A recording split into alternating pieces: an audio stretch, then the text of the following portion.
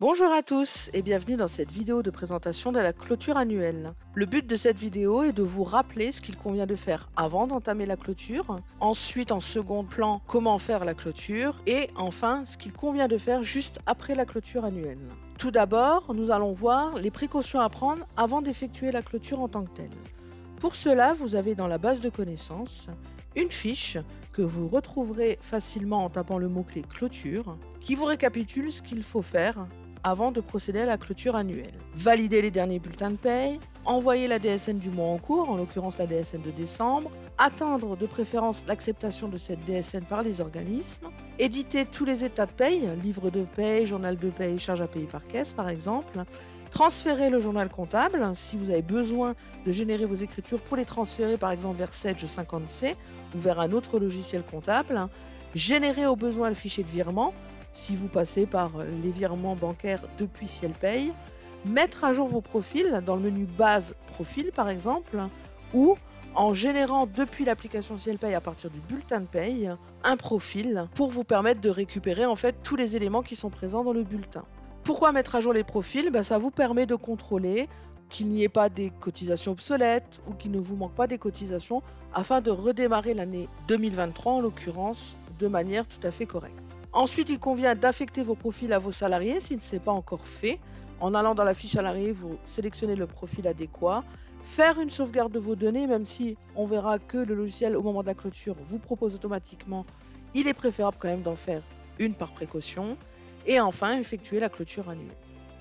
Pour réaliser la clôture annuelle, une fois que vous avez fait toutes les opérations citées précédemment, il suffit d'aller dans Traitement, ensuite dans Clôture annuelle, que vous avez à ce niveau-là. Donc là, il vous fait un petit récapitulatif par rapport au profil. Vous dites oui. Là, il reprend les valeurs par défaut. À cette étape-là, vous pouvez faire OK. Et là, il va lancer l'archivage dans un premier temps du dossier en cours, comme vous pouvez le voir à l'écran.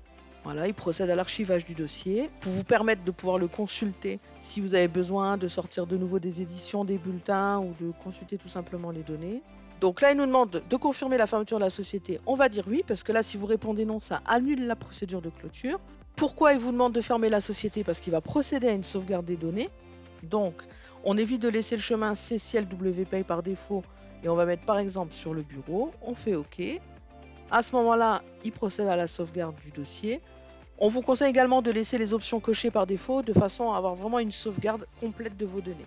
Il vous indique que la sauvegarde a été effectuée avec succès. On fait OK. Là, on peut faire continuer puisqu'il vous dit simplement que des bulletins ne sont pas imprimés par exemple. Et là, il procède à la clôture de l'exercice. Donc là, il vous demande le nombre de jours de RTT et éventuellement l'effectif. Soit vous pouvez le saisir à ce niveau-là, soit vous faites calculer pour qu'il vous le calcule automatiquement. Donc l'effectif là, pour rappel, il vous sert en fait pour le calcul allègement général. Et on fait fermer. Et là, il vous dit que la clôture s'est déroulée avec succès. Donc là, j'ai basculé dans l'exercice 2023 en l'occurrence, parce que moi j'étais sur 2022. Et donc là, je vais pouvoir ensuite passer à l'étape après clôture. Qu'est-ce qu'il faut faire après clôture? Il faut mettre à jour les éléments au 1er janvier 2023, par exemple, ou l'année qui vous correspond. Pour cela, deux solutions. Soit vous allez dans Dossier paramètres globaux et vous mettez à jour, par exemple, le plafond, le SMIC, le plafond du SMIC annuel, le SMIC horaire, et les valeurs de la taxe sur les salaires si on les a au mois de janvier, puisque c'est vrai qu'en général, en ce moment, c'est un peu plus tardivement. Soit vous attendez, puisque vous savez que chaque mois de janvier, on fournit en fait ce qu'on appelle une mise à jour de plan de paye. Et par cette mise à jour de plan de paye, vous pouvez mettre à jour automatiquement les valeurs. La mise à jour de plan de paye, en général, intervient dans la 3e semaine de janvier. Pour vous tenir au courant, n'hésitez pas à consulter le fil d'actu que vous retrouvez dans cette partie-là. En général, quand il y a une version qui sort, comme par exemple les nouveautés légales version 2, on l'indique dans le fil d'actualité. Donc n'hésitez pas à vous tenir au courant, puisqu'on essaye de passer un maximum de messages via ce fil d'actualité. Une fois que vous avez fait ça, vous allez pouvoir procéder à la création de vos bulletins. Pour cela, vous allez dans Gestion des bulletins, Bulletin de paye, et ensuite, vous faites Créer. Et c'est pour ça que c'est important de vérifier vos profils avant, puisque là, il va vous créer les bulletins à partir du profil de chacun des salariés. Donc là, je mets bien janvier. Je vérifie que c'est bien janvier. Là, c'est parce que je suis en novembre, donc forcément, il me propose novembre. Et après, donc, je sélectionne mes salariés, je crée les bulletins comme vous avez l'habitude de le faire. Donc voilà par rapport à cette procédure de clôture. Comme je vous l'ai indiqué tout à l'heure, une fois que vous avez fait votre clôture, le logiciel, pendant cette procédure, il archive votre dossier. Si vous souhaitez davantage d'informations sur cet archivage, Sachez que vous avez dans la base de connaissances, en tapant archives, vous avez une fiche qui vous explique comment accéder à ces archives et vous avez également une vidéo YouTube sur le sujet. Donc n'hésitez pas à la consulter dans la playlist si elle paye. Merci d'avoir suivi cette vidéo, je vous souhaite une bonne journée.